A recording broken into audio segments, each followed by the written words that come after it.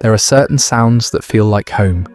The squeak of SpongeBob's boots, the bubble transitions, that unforgettable laugh echoing through your childhood living room. SpongeBob SquarePants wasn't just a cartoon, it was a world, a feeling, a weird, wonderful escape that somehow made sense when nothing else did.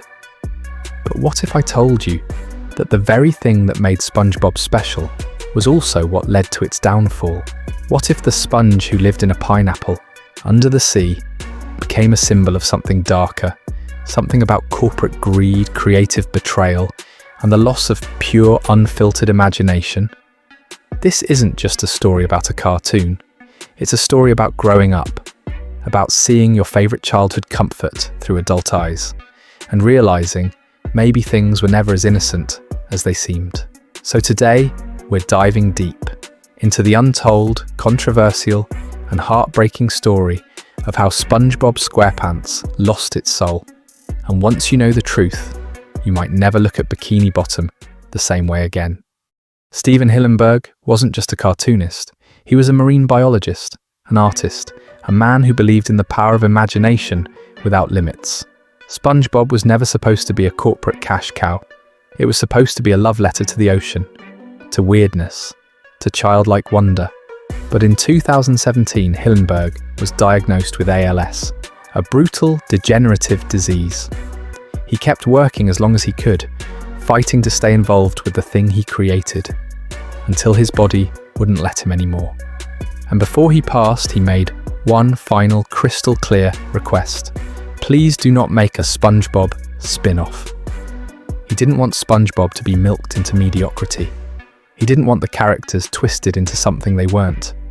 He didn't want to see Bikini Bottom turned into a franchise graveyard. But just months after his death, Nickelodeon announced Camp Corral, a SpongeBob spin-off, a prequel, rebooted animation style, totally new tone. And worst of all, it centered around SpongeBob as a kid, something Hillenburg explicitly hated.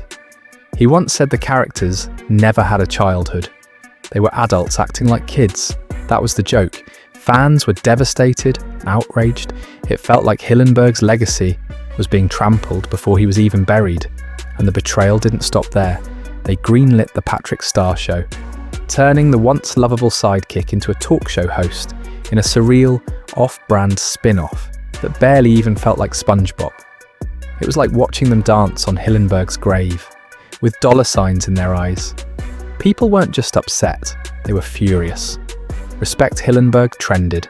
Videos flooded YouTube calling out Nickelodeon for exploiting the legacy of a man who had already given them everything. And what did Nickelodeon do? They doubled down. In 2004, the SpongeBob SquarePants movie hit theaters.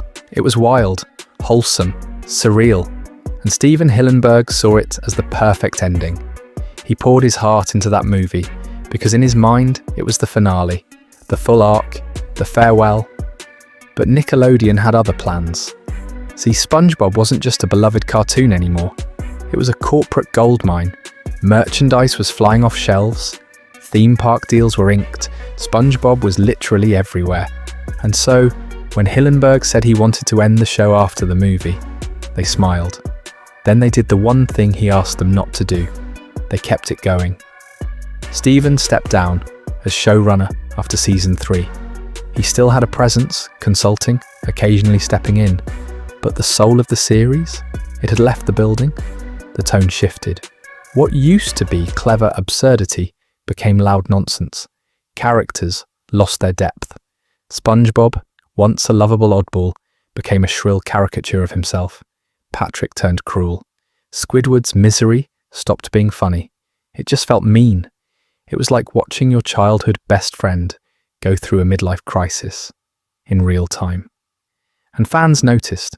Forums lit up with heartbreak. Old school viewers begged for the show to stop before it destroyed its own legacy. But Nickelodeon didn't stop. Because SpongeBob wasn't a story anymore. He was a product. And Stephen Hillenburg, the very man who gave us Bikini Bottom, was now standing on the outside, watching the thing he created become something he never wanted it to be.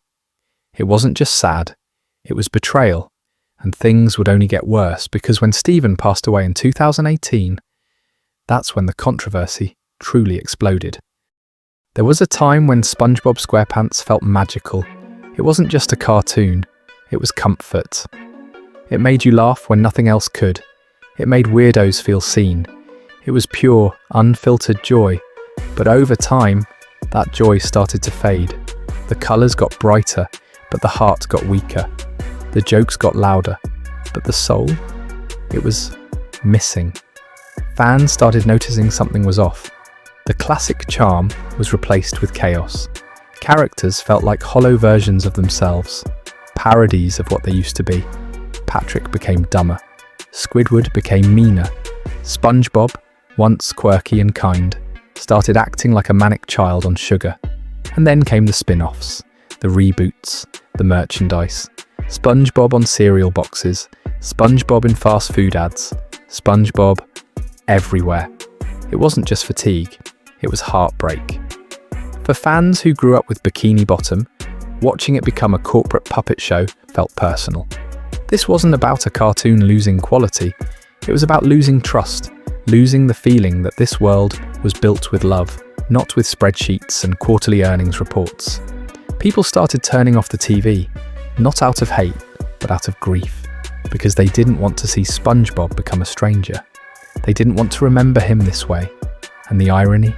The same show that once taught us to believe in the impossible now felt like a reminder that everything pure eventually gets sold out. It's a question fans ask quietly, often to themselves, sometimes out loud on Reddit threads and YouTube comments. Can SpongeBob ever be good again? Not just funny, not just popular, but good. The kind of good that makes your chest ache with nostalgia and joy. Some hold on to hope. They point to small moments, like the touching tribute to Stephen Hillenburg in the 2020 special, or the rare scenes where SpongeBob's innocence still breaks through the noise, if only for a second. They believe that maybe, just maybe, someone behind the scenes still cares, that there are artists, animators, and writers fighting to keep the soul alive, even if the studio machine is louder. Others are less optimistic. They've made peace with the fact that the golden era is gone, that the SpongeBob they loved lives in DVDs, old clips, and pixelated memories, not in whatever Nickelodeon is airing today. But here's the twist. SpongeBob's legacy isn't just up to Nickelodeon, it's up to us. Every fan who still quotes lines with their friends, every artist who draws fan art, every kid discovering the magic for the first time. Not in new episodes, but in those early, imperfect, genius first seasons. As long as we remember what made SpongeBob beautiful, he's not really gone. He's still flipping Krabby Patties in our memories, still jellyfishing through our childhoods, still laughing in that weird, contagious, unforgettable way. And maybe that's enough. Because some stories outgrow their creators, some legacies survive even the worst reboots.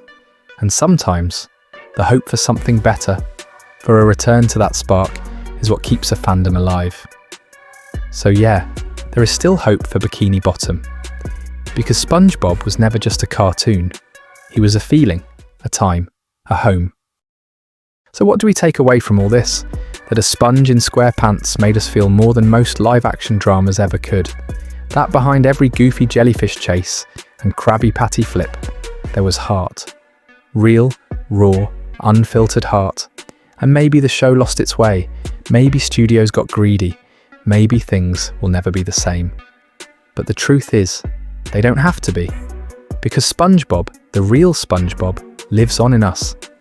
In the quotes we still say, in the laughter that still hits, in the way we all still believe, deep down, that it's okay to be a little weird, a little kind, and a little too enthusiastic about life.